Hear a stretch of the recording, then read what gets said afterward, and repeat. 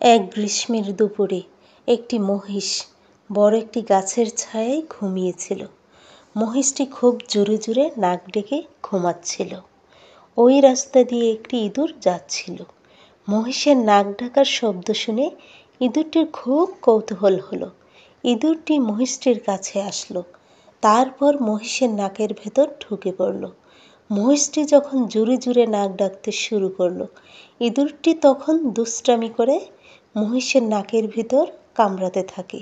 ইঁদুরের কামড় খেয়ে মহিষের ঘুম ভেঙে গেল। মহিষ রেগে বলল, কে আমার ঘুম ভেঙেছে এবং আমার নাকের ভেতর কামড় দিয়েছে? ইঁদুর ভয়ে ভয়ে মহিষকে বলল, আমাকে মাফ করে দাও, আমি খেলার ছলে তোমার নাকের ভেতর কামড় দিয়েছি। আমি বুঝতে পারিনি তোমার ঘুম ভেঙে যাবে।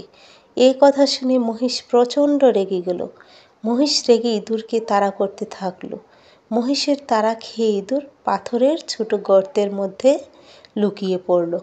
মহিষ রেগে পাথরের দেয়ালের মধ্যে জোরে জোরে ধাক্কা দিতে থাকলো ইঁদুরকে ধরার জন্য, কিন্তু মহিষ কোনোভাবেই ইঁদুরকে ধরতে সক্ষম হলো না।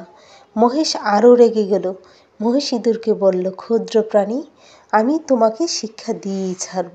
মহিষ আবার দেয়ালে জোরে জোরে ধাক্কা দিতে থাকলো ইঁদুরকে গর্ত থেকে বের করার জন্য। মহিষ প্রাণপণ চেষ্টা করেও দেয়ালটি ভেঙে ফেলতে পারল না।